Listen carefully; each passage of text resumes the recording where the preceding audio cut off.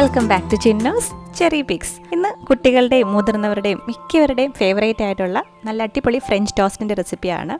നമ്മുടെ Indian coffee ഹൗസിലെ Bombay toast എന്ന് വിളിക്കും. ഇതിഷ്ടമില്ലാത്ത ആരും കാണില്ല, മിക്കവർക്കും അറിയാമായിരിക്കും. എങ്കിലും ആരെങ്കിലും ഇതുവരെ ട്രൈ ചെയ്തിട്ടില്ലെങ്കിൽ ഇത് ഇങ്ങനെ ഒന്ന് ട്രൈ ചെയ്ത് നോക്കും, അടിപൊളിയാണ്. അപ്പോൾ അതിനായിട്ട് നമുക്ക് 2 മുട്ട അടി കുറച്ച് പരന്ന ഒരു പാത്രത്തിലോട്ട് ഒഴിച്ചു കൊടുക്കാം.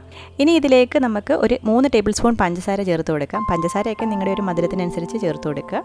പിന്നെ ഒരു 1/4 കപ്പ് പാല്, ഒരു 50 ml പാല് ചേർത്ത് കൊടുക്കാം. പിന്നെ ഒരു നുള്ള് സിനമൺ പൗഡർ, പട്ട പൊടിച്ചത്. ഇനി ഇതിലേക്ക് വനില എസൻസ് ഒരു 3-4 തുള്ളി ചേർത്ത് കൊടുക്കാം.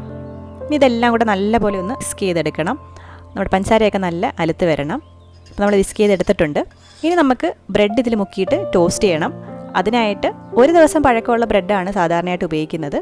പെട്ടെന്ന് തന്നെ നമ്മളിത് 2 സൈഡും ഒന്ന് മുക്കിയെടുക്കണം. ഒരുപാട് നേരം സോക്ക് ചെയ്ത് ഉണ്ടാക്കേണ്ട ആവശ്യമില്ല. അപ്പോൾ ഇതിന് മുന്നേ ആയിട്ട് നമ്മളൊരു പാനിൽ ബട്ടർ കുറച്ച് ഒന്ന് ചൂടാക്കാനായിട്ട് വെക്കണം. ഞാനിന്നിപ്പം ഓയിലാണ് ഉപയോഗിക്കുന്നത്. ബട്ടർ ഉപയോഗിക്കുമ്പോഴാണ് നല്ലൊരു ടേസ്റ്റ് കിട്ടുന്നത്. അപ്പോൾ ഒരു 1-2 മിനിറ്റ് ഗോൾഡൻ ബ്രൗൺ കളർ ആവുന്നിടം വരെ ഒന്ന് ടോസ്റ്റ് ചെയ്തെടുക്കുക. നിങ്ങൾക്ക് കുറച്ച് ബട്ടറും കുറച്ച് ഓയിലായിട്ടും ഉപയോഗിക്കാം. അതാകുമ്പോൾ ഒരുപാട് ബട്ടർ ഉപയോഗിക്കേണ്ട ആവശ്യമില്ല. സാധാരണയായിട്ട് നമ്മുടെ ഫ്രഞ്ച് ടോസ്റ്റ് സെർവ് ചെയ്യുന്നത് ഒന്നെങ്കിൽ മേപ്പിൾ സിറപ്പോ അല്ലെങ്കിൽ ഹണിയോ എന്തെങ്കിലും സ്വീറ്റ് ആയിട്ടുള്ള സിറപ്പ് ഒഴിച്ചിട്ടാണ്. ഇന്നിപ്പോൾ നമ്മൾ സിറപ്പൊന്നും ഉപയോഗിക്കാതെ ഇങ്ങനെ തന്നെയാണ് കഴിക്കുന്നത്. അതുകൊണ്ടാണ് ഒരു 3 ടേബിൾ സ്പൂൺ പഞ്ചസാര ഉപയോഗിച്ചിരിക്കുന്നത്. അപ്പോൾ ഇത്രയും സിമ്പിളായിട്ട് എന്നാൽ ഇത്രയും ടേസ്റ്റി ആയിട്ടുള്ള വേറൊരു വിഭവം ഉണ്ടോ എന്ന് ചോദിച്ചാൽ അറിയില്ല. അപ്പോൾ എല്ലാവരും ട്രൈ ചെയ്ത് നോക്കുക. അതുപോലെ തന്നെ നമ്മുടെ ചാനൽ ആദ്യമായിട്ടാണ് കാണുന്നുണ്ടെങ്കിൽ ഒന്ന് സബ്സ്ക്രൈബ് ചെയ്യുക. എന്നെപ്പോലെ നിങ്ങൾക്കും ഫ്രഞ്ച് ടോസ്റ്റ് ഇഷ്ടമാണോ എന്നുള്ളതും കമൻറ്റ് ചെയ്ത് അറിയിക്കുക. പുതിയ റെസിപ്പിയുമായിട്ട് വീണ്ടും കാണാം. അതുവരേക്കും ബൈ.